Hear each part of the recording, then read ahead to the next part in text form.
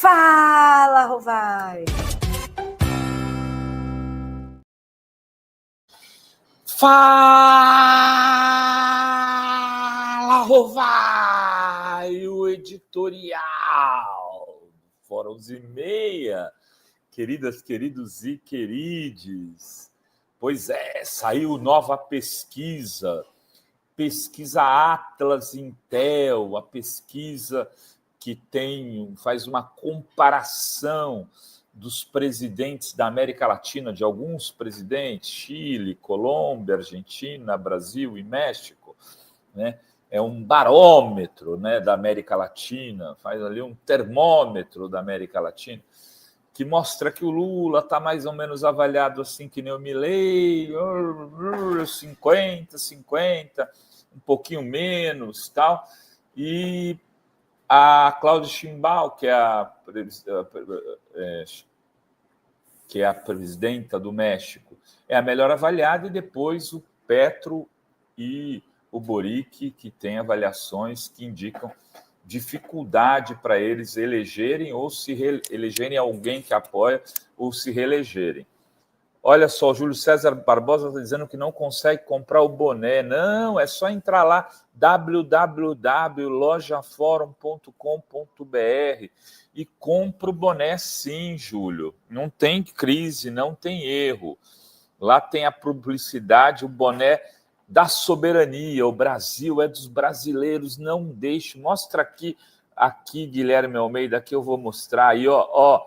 Não deixe de comprar últimas unidades. Mas eu estava falando da popularidade do Lula. Contudo, o Lula hoje, né, ganharia as eleições de todos os adversários, mesmo estando no pior momento do seu governo, com 51,4% de desaprovação e 45,9% de aprovação. Uma diferença de 4,5% negativa. Não é pouca coisa.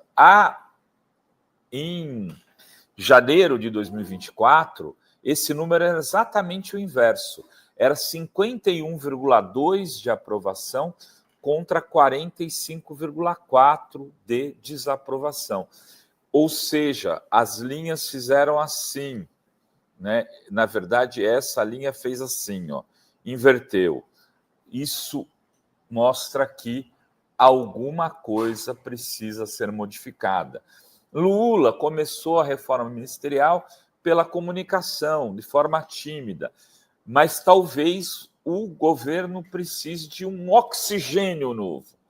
Talvez a ida da Gleisi para o governo, a chegada do Edinho na presidência do PT, mais algumas mudanças em ministros de outros partidos, e o presidente, que não fazem nada, não defendem o governo, que ficam ali só organizando as mamatices dos seus estados, para poder dar uma oxigenada e construir um caminho para os próximos 2 anos, dado que a aprovação e a desaprovação, mesmo estando com 4,5%, na verdade 5,5% de diferença de negativo, o senhor ainda ganha as eleições. Olha só, quando o índice é ruim e péssimo, ótimo e bom, que em novembro do ano passado está empatadinho, igualzinho ali, 43,1, 43,1, agora a notícia é muito ruim. É quase 9% acima o ruim e péssimo do ótimo e bom. 46,5 a 37,8. Vou até mostrar aqui para vocês na tela, para vocês verem como o gráfico é ruim para Lula, né? Não dá para fazer de conta, ó, a mudança aqui é grave, não dá para fazer de conta que está tudo bem, que está tudo legal. Porém, a imagem de Lula negativa também aumentou 9% a diferença do negativo para o positivo, já foi 21% melhor em outubro de 2024, vejam, né? Então, a queda é grave. ela despencou de 60% para 42%, a imagem positiva de Lula. São dados que não podem ser deixados de lado.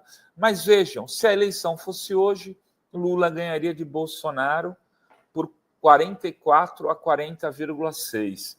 Mesmo com a Simone Tebet saindo candidata, que pode vir apoiar Lula, é muito provável, ela teria 4,9, Ciro Gomes teria 4,5. Não entra o candidato, aí não tem a candidatura, a Atlas falou, a coisa não é séria, do Gustavo Lima, então não colocou ele como candidato. Se o candidato fosse o Tarcísio, no primeiro turno o Lula teria 41,1 e o Tarcísio 26,2. Se fosse o Eduardo Bolsonaro, 40 a 24,2. Aí, com o Ronaldo Caiado, Gustavo Lima entrando, não tem problema. Aquela pesquisa Quest está muito estranha. A diferença das intenções de voto do Gustavo Lima na Quest e na Satual, na Atlas. Lá ele tem 20 e poucos por cento, aqui ele tem 5,2%. Alguém errou muito. Agora aqui que é o Buziles. Se Lula fosse para o segundo turno contra o Tarcísio, ganharia por 1% dos votos. 45,7% a 44,7%. Se fosse contra o Bolsonaro, ganharia por 3% dos 4% dos votos. 47,6% a 43,4%. O Bolsonaro, gente, já é um candidato pior que o Tarcísio para o bolsonarismo.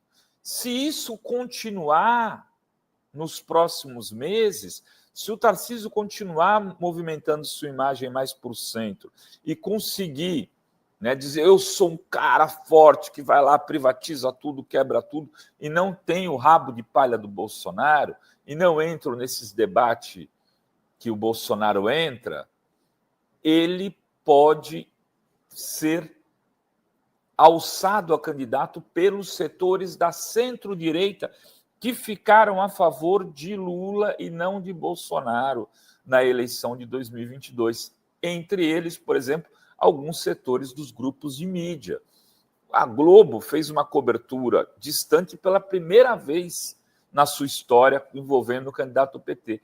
Todas as outras das eleições, ela apoiou o outro candidato de forma firme e declarada. Nessa, ela ficou meio de lado, o que favoreceu o próprio Lula, de alguma maneira. Então, é preciso ficar de olho nesse movimento tarcisístico. Esse, pela pesquisa Atlas, é a grande ameaça à reeleição do Lula. Agora, a gente esteve lá com o Sidônio conversando um pouco semana passada sobre as coisas da comunicação. O Sidônio disse o seguinte: esse governo tem marca. E nós vamos mostrar as marcas desse governo, não em 2026, porque eu tenho que ganhar 2025. Então, o Sidônio montou um planejamento de 3 meses, 6 meses e 1 ano. E diz que as marcas estão aí. Deu um exemplo para mim ali na conversa que tivemos. Disse o seguinte: veja, tiramos 30 milhões de pessoas da miséria e da pobreza absoluta no Brasil nesses 2 anos e pouquinho. 30 milhões em 2 anos significam 1,5 milhão de pessoas por mês, que dividido por 30 significam 50 mil de pessoas por dia. Aí diz o Sidônio, 50 mil de pessoas por dia, Rovai, é um Pacaembu saindo da pobreza e da miséria no final de um campeonato. Pacaembu não, uma Arena Corinthians, o Maracanã, o Pacaembu cabe 25 mil. É um Maracanã saindo, né, lotado todos os dias da pobreza e da miséria. Isso é marca em qualquer lugar do mundo, mas precisa construir essa marca. E ele diz que vai construir. Diz que vai construir a marca, por exemplo, do Mais Médicos. Era o Ministério da Saúde dobrou o número de médicos no Sistema Único de Saúde, no SUS. Antes tinha um, agora tem 2. E não teve marca, como se isso não é marca?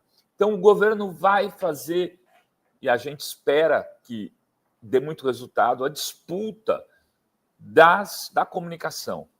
Vai para dentro na disputa da comunicação e vai defender aquilo que fez e construir marcas que ainda estão em processo ali de construção política, de construção de realização. Será que o Lula está no pior momento da história desse seu terceiro governo? Se isso for verdade, os resultados, a previsão para 2026 é muito boa. Afinal de contas, no seu pior momento, Lula ainda ganha de todo mundo. Era isso que tínhamos para hoje neste Fala Rovai. Beijos e beijos a todas, todos e todes.